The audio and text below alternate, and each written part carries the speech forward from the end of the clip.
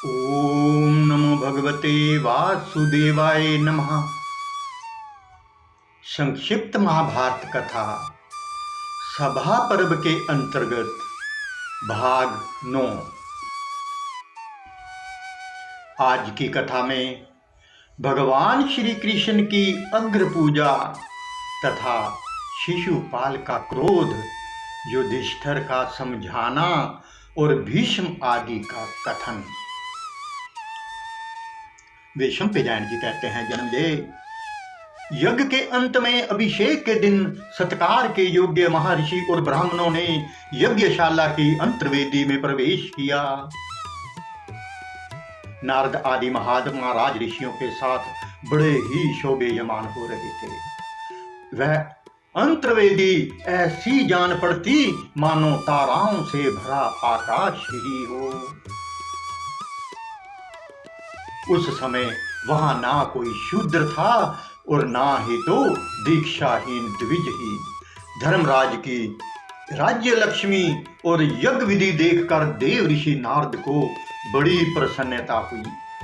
क्षत्रियों का समूह देखकर उन्हें पहले की वह घटना याद आ गई जो भगवान के अवतार के संबंध में ब्रह्मलोक में हुई थी। उन्हें राजाओं का समागम ऐसा जान पड़ने लगा कि इन रूपों में देवता ही इकट्ठे हुए हैं। अब उन्होंने मन ही मन कमल नयन भगवान श्री कृष्ण का स्मरण किया। देव ऋषि नारद सोचने लगे, धन्य है सर्वव्यापक असुर विनाशक अंतर्यामी भगवान नारायण ने अपनी प्रतिज्ञा पूर्ण करने के लिए क्षत्रियों में अवतार ग्रहण किया है। जिन्होंने पहले देवताओं को यह आज्ञा दी थी कि तुम लोग पृथ्वी में अवतार लेकर संहार कार्य पूरा करो और फिर अपने लोक में आ जाओ, वही कल्याणकारी जगन्नाथ भगवान श्री कृष्ण यदुवंश में अवतीर्ण हुए हैं। देवराज इंद्र आदि समस्त महान पुरुष जिनके बहुबल की उपासना करते हैं, वही प्रभु यहाँ मनुष्य के समान बैठे हैं। स्वयं प्रकाश महाविष्णु इस बलशाली क्षत्रिय वंश को अवश्य ही पुनः निगल जाएंगे। भगवान श्री कृष्ण ही समस्त युगों के द्वारा आराध्य सर्वशक्तिमान एवं अंतर्यामी हैं। इस प्रकार के विचार में देव ऋषि नारद डूब गए। उस समय महात्मा भीष्म ने धर्मराज युधिष्ठिर से कहा, राजन, अब तुम सब समागत राजाओं का यथा योग्य सत्कार करो। आचार्य, ऋतु संबंधी, सनातन राजा और प्रिय व्यक्तियों को यदि यह 1 वर्ष में अपने यहाँ आवे तो विशेष पूजा अर्घ्य दान करना चाहिए। ये सभी लोग हमारे यहाँ बहुत दिनों के बाद आए हैं, इसलिए तुम सबकी अलग अलग पूजा करो और इनमें जो सर्वश्रेष्ठ हो उसकी सबसे पहले। धर्मराज ने पूछा, पितामह, कृपा करके बतलाइए, इन समागत सज्जनों में हम लोग सबसे पहले किसकी पूजा करें? आप किसे सबसे श्रेष्ठ और पूजा के योग्य समझते हैं? शतानुनंदन भीष्म ने कहा, धर्मराज, पृथ्वी में यदुवंश शिरोमणि भगवान श्री कृष्ण ही सबसे बढ़कर पूजा के पात्र हैं। क्या तुम नहीं देख रहे हो कि उपस्थित सदस्यों में भगवान श्री कृष्ण अपने तेज, बल और पराक्रम से वैसे ही दैदीप्यमान हो रहे हैं जैसे छोटे छोटे तारों में भुवन भास्कर भगवान सूर्य। जैसे तमसाचन स्थान सूर्य के शुभ आगमन से, वायुहीन स्थान वायु के संचार से जीवन ज्योति से जगमगा उठता है, वैसे ही भगवान श्री कृष्ण के द्वारा हमारी सभा आह्लादित और प्रकाशित हो रही है। भीष्म की आज्ञा मिलते ही प्रतापी सहदेव ने विधि पूर्वक भगवान श्री कृष्ण को अर्घ्य दान किया और श्री कृष्ण ने शास्त्रोक्त विधि के अनुसार उसे स्वीकार किया। चारों ओर आनंद मनाया जाने लगा। विशंभजैन जी कहते हैं, जन्मेजय चेदी राज शिशुपाल भगवान श्री कृष्ण की अग्र पूजा देखकर चिढ़ गया। उसने भरी सभा में भीष्म पितामह और धर्मराज युधिष्ठिर को धिक्कारते हुए श्री कृष्ण को फटकारना शुरू किया। शिशुपाल ने कहा, बड़े बड़े महात्माओं और राज ऋषियों के उपस्थित रहते राजा के समान राजोचित पूजा का पात्र कृष्ण नहीं हो सकता। महात्मा पांडवों ने कृष्ण की पूजा करके अपने योग्य काम नहीं किया है। पांडवों, अभी तुम लोग बालक हो, तुम्हें सूक्ष्म धर्म का ज्ञान नहीं है। भीष्म पितामह भी सठिया गए हैं। इनकी दृष्टि दृग्य दर्शनी नहीं रह गई है। भीष्म, तुम्हारे जैसे धर्मात्मा पुरुष भी जब मनमाना काम करने लगते हैं तो जगत में अपमानित होते हैं। कृष्ण राजा नहीं हैं, फिर ये राजाओं के सम्मान का पात्र कैसे हो सकता है? ये आयु में भी सबसे वृद्ध नहीं है। इसके पिता वासुदेव अभी जीवित हैं।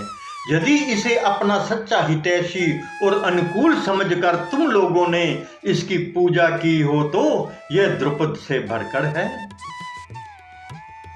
यदि तुम लोग कृष्ण को आचार्य मानते हो तो भी द्रोणाचार्य की उपस्थिति में इसकी पूजा सर्वथा अनुचित है। ऋत्विज की दृष्टि से सबसे पहले विद्या वायुवृद्ध भगवान श्री कृष्ण दैत्यायन की ही पूजा होनी चाहिए थी। युधिष्ठिर, इच्छा मृत्यु पुरुष श्रेष्ठ भीष्म पितामह के रहते तुमने कृष्ण का पूजन कैसे किया? शास्त्र पारदर्शी वीर अश्वत्थामा के सामने कृष्ण की पूजा भला किस दृष्टि से उचित हो सकती है?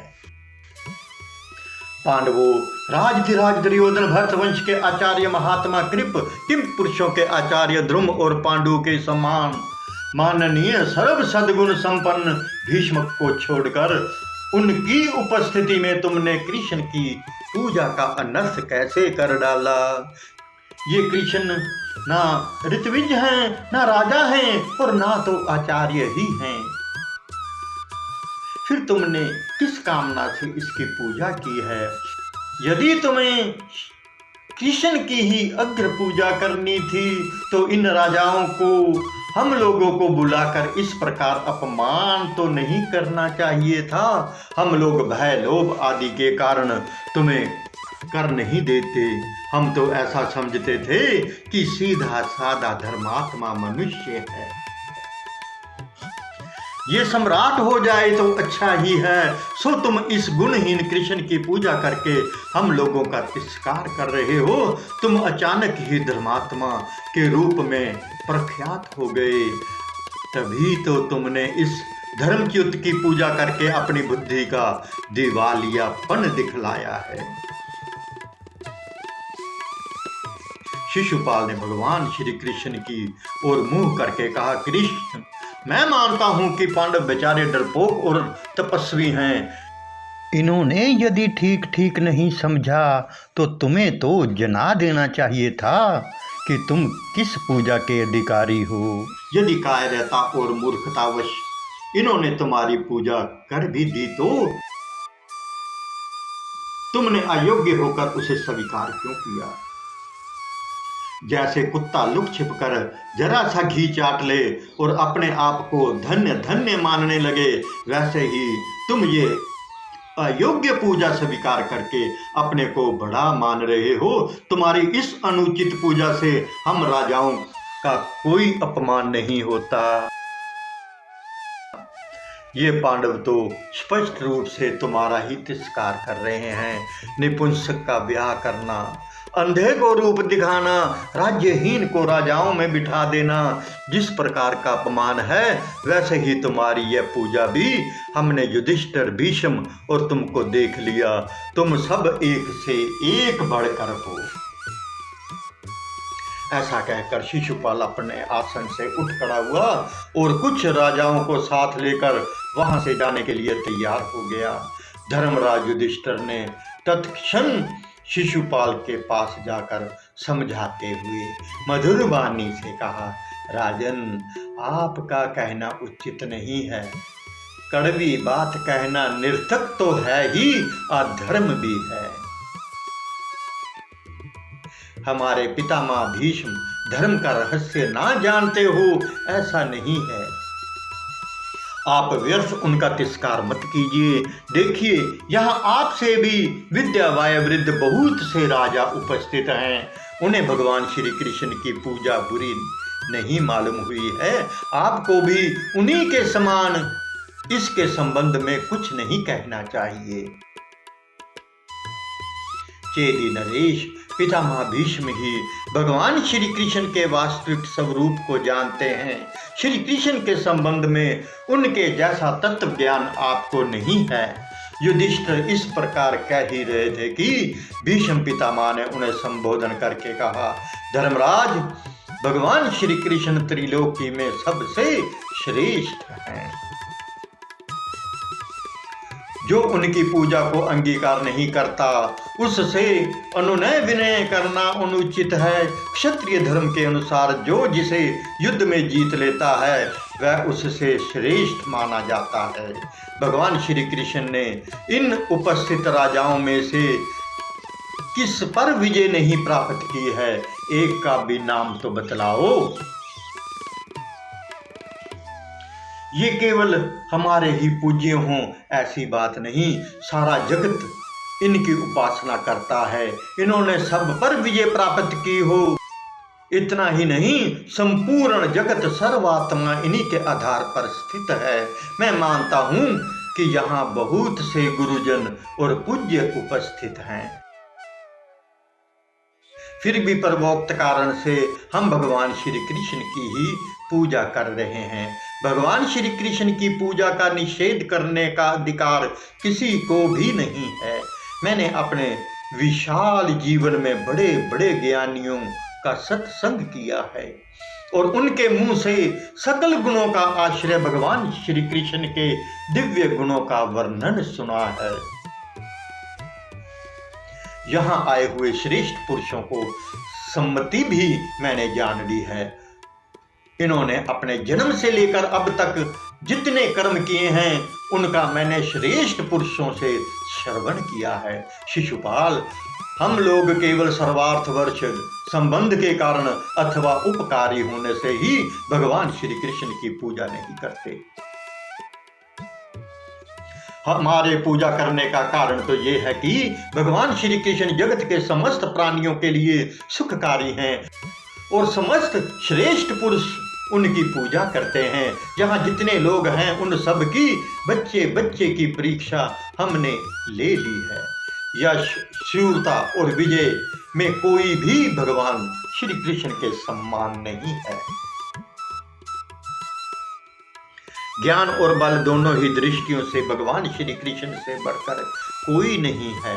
दान, कौशल, शास्त्र ज्ञान, शूरता, संकोच, कीर्ति, बुद्धि, विनय, लक्ष्मी, धैर्य, दृष्टि और पुष्टि, सभी गुण भगवान श्री कृष्ण में नित्य निरंतर निवास करते हैं।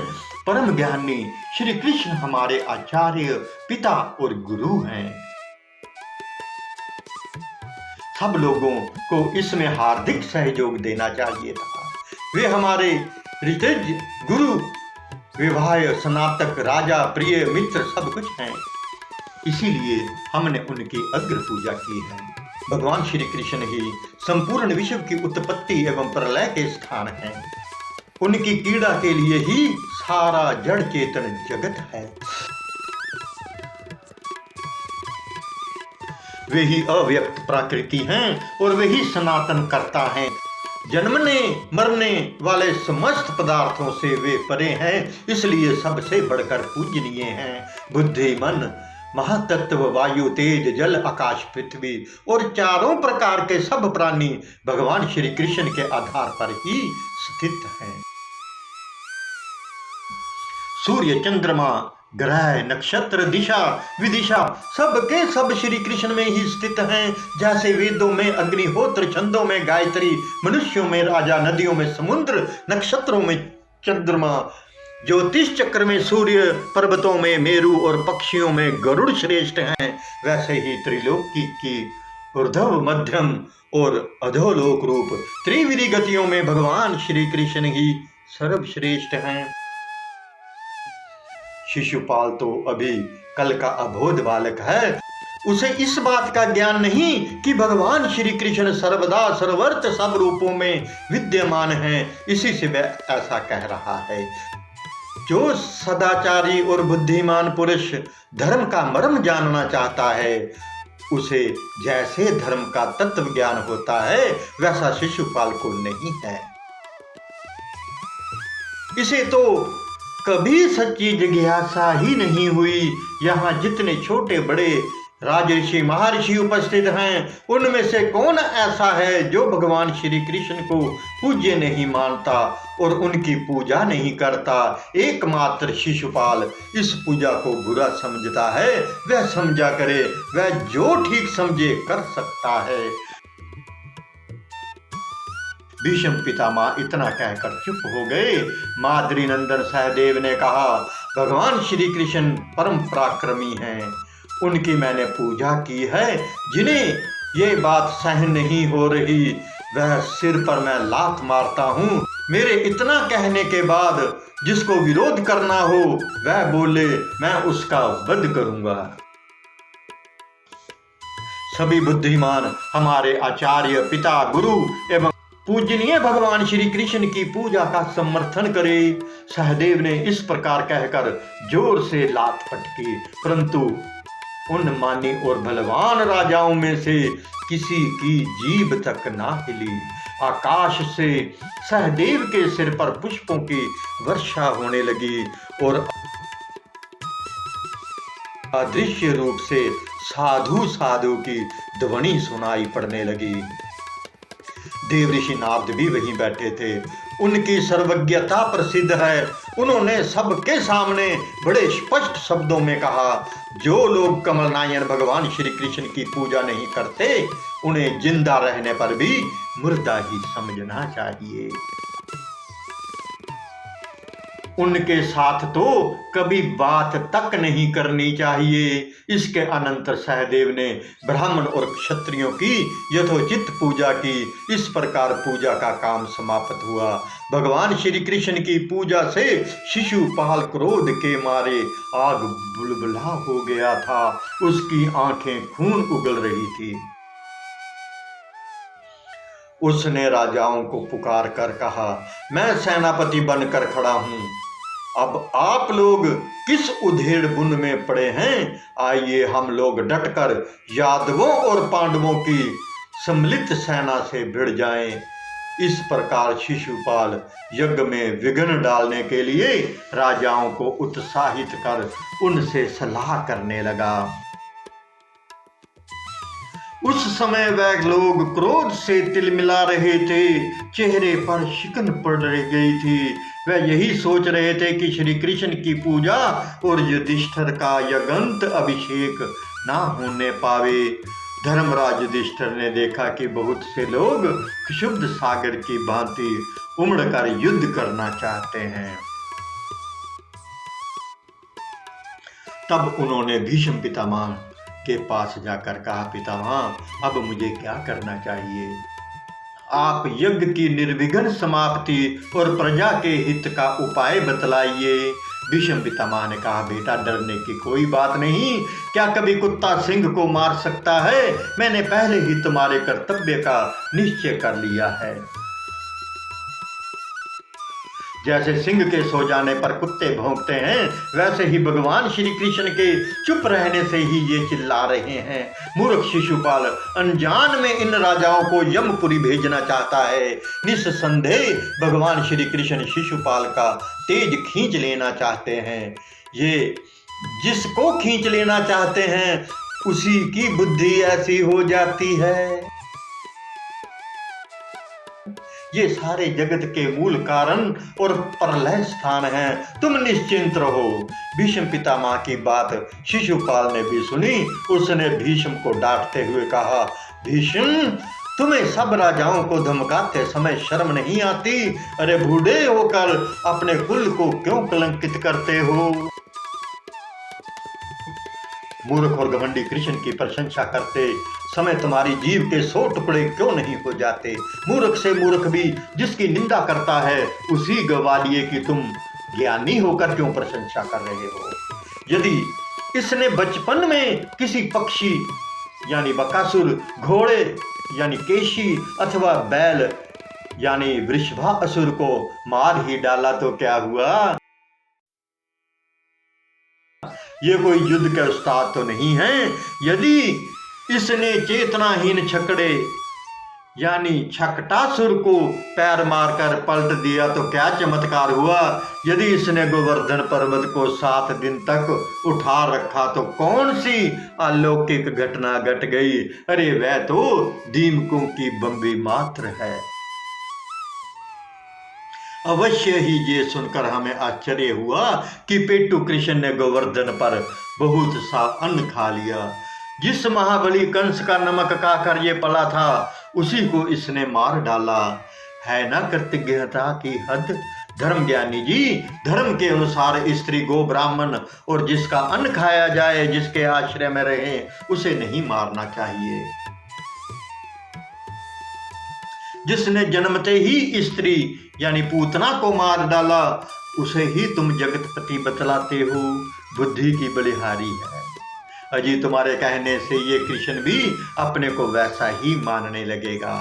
धर्मध्वज जी, तुम अपने स्वभाव की नीचता के कारण ही पांडवों को ऐसा बना दिया है।